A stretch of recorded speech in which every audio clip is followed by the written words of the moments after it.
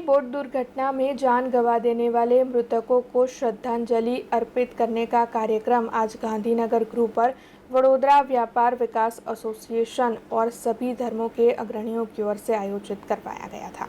2 दिनों पहले हरनी तालाब पर स्कूली बच्चों से भरी हुई नाव पलट जाने की वजह से जो दुर्घटना घटी है उसमें 12 बच्चे और 2 शिक्षक मिलाकर 14 लोगों की मौत हो गई है।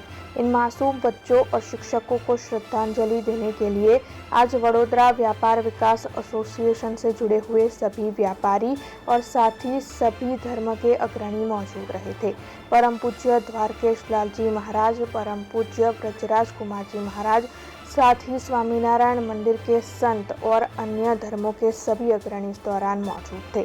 आपको बता दें कि उपस्थित सभी की ओर से मृतकों को श्रद्धांजलि अर्पित करते हुए इस दुर्घटना पर खेद जताया गया था। हरणी तळाव खाते जे दुर्घटना बनी અને અનેક માસૂમ બાળકો અને શિક્ષકોનું એમાં મૃત્યુ થયું। આ ઘટના આપણા વડોદરા શહેર માટે ખૂબ જ દુઃખદ છે। એ પરિવાર પર અત્યારે શું વીતતી હશે એને આપણે કદાચ કલ્પી પણ શકતા નથી, પરંતુ આ બાળકોની આત્માઓ જ્યાં જ્યાં હશે ઠાકોરજી એમને શાંતિ આપે, સદગતિ આપે।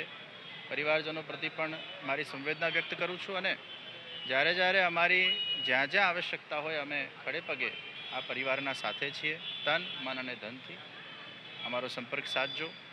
આવા સમયમાં આ ખોટ તો આપણે પૂરી શકતા નથી, પરંતુ જે રીતે આપણે એમને શાંતિ આપી શકીએ, સહયોગ આપી શકીએ એના માટેના તમામ પ્રયાસો એ આપણે કરવા જોઈએ। આ બધી જ આત્માઓ માટે મારી હૃદયપૂર્વકની શ્રદ્ધાંજલિ વ્યક્ત કરું છું। આજરોજ વડોદરાના તમામ ધર્મના ધર્મગુરુઓ, દરેક ધર્મના આગેવાનો અહીં ગાંધીનગર ગૃહ ખાતે પધાર્યા છે। 2 દિવસ અગાઉ હરણી તળાવમાં માસૂમ નાના નાના ભૂલકાઓ અને 2 શિક્ષિકાઓના અકાળે મોત થયા છે ડૂબી જવાને લીધે। એમને શ્રદ્ધાંજલિ આપવા માટે અહીંયા ગાંધીનગર ગૃહ ખાતે વડોદરાના તમામ આગેવાનો ઉપસ્થિત રહ્યા છે। આપના માધ્યમથી મૃત થયેલા તમામ આત્માઓને અમે સદગતિ પ્રાપ્ત થાય, એમના આત્માને શુદ્ધિ મળે એના માટે અહીંયા અમે પ્રાર્થના કરવા બેઠા છે।